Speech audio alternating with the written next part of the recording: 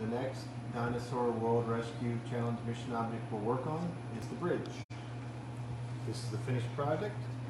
These are the pieces. 2x4 plates, 2x2 bricks, 2x2 2-tall roof piece, 2x2 3-tall roof piece.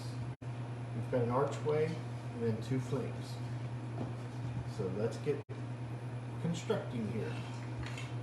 Take your archway, and take your two 2x4 green plates,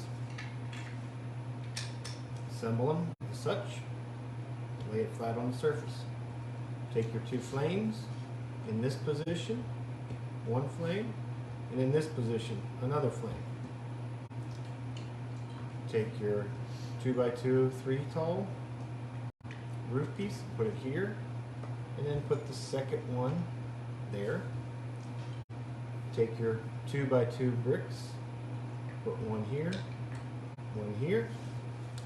Take your 2x2 2-tall roof piece and put both of them here. That is your assembled bridge.